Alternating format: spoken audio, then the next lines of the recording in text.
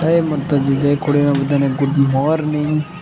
સવારમાં આપણે જવાનું હતું મેકડા, એટલે આપણે કોટ બોટ પહેરીને તૈયાર થઈને આપણે ગાડી તૈયાર કરી નાખી હતી, અને પછી આપણે ગાડી લઈને નીકળી ગયા। તો સવારમાં ગામને પંદરેક પાણી ટાંકી મોટી મૂકી હતી, એ હતા આપણે નીકળી ગયા। ચડાવીને નીકળ્યા હોય તો મેકડા પૂગી જાય। મેકડા ગામની અંદર આપણે નીકળી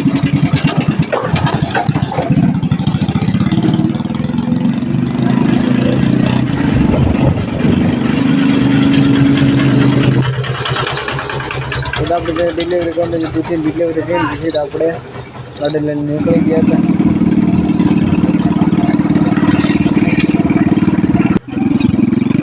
આપણે ઘરે જવા માટે ઊંડા માટે ગાડી લઈને નીકળી ગયા હતા। સવારમાં ઠંડી વાગી એટલે કોટ બોટ વિશ્વ પહેરીને આપણે નીકળી ગયા હતા। ઘરે આવીને પછી જમવાનું બાકી હતું, એટલે જમવા બેસી જતા આપણે ચા ને રોટલી। પછી જવાનું હતું સ્વિમિંગ કરીને પછી આપણે નીકળી જતા પિયા લઈને આપણે પિયા વડે નીકળી જાય। ત્યાં તો પિયા થોડીક વારમાં થયું તમારા ગામનું બસ સ્ટેન્ડ આવ્યું। મારા ગામનો કંઈ નજારો કંઈ બહુ મસ્ત છે। હવે તો અમારા ગામની ગૌશાળા દેખાઈ ગઈ છે, તો કેટલા બધા માલ ઢોર ઊભા હતા આપણે। હવે તો પછી થોડીક વાર થયું તો પિયા ઉભી ગયા હતા, આવડું મોટી બસ ને ઊભી હતી। તો અમારા ત્રણ સાસવા મૂકીને આપણે નીકળી જતા ગાડીને ઊંડા તરફ જવા માટે। થોડીક વાર થયું તો આપણે ગામમાં બીજી દુકાન છે, આપણે ત્યાં જ જતા। ત્યાંથી આપણે છાશ લઈને ચામુંડા પાવભાજીને દેવા જવાની હતી, ત્યાં આપણે છાશ દેવા નીકળી ગયા।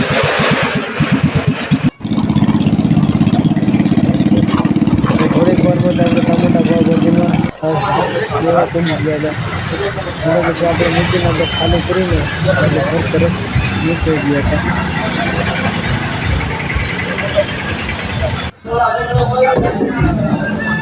મને કાંઈ અલગ જ નજારો હતો પણ જોવા માટે। એટલે પછી આપણે ગાડી વોશ કરાવવા ગાડી વોશ કરાવવા થઈ ગયા હતા। ત્યાં તો પછી આપણે વોશ કરીને ઘરે ગાડી આવી ગઈ, તો આપણે ગાડીમાં કંઈ ઘટે નહીં એવી કરી નાખી હતી, શોરૂમમાં જોડે એવી ગાડી કરી નાખી હતી આપણે। કેમ લાગે છે તારે કોમેન્ટ કરી નાખજો આપણી ગાડી।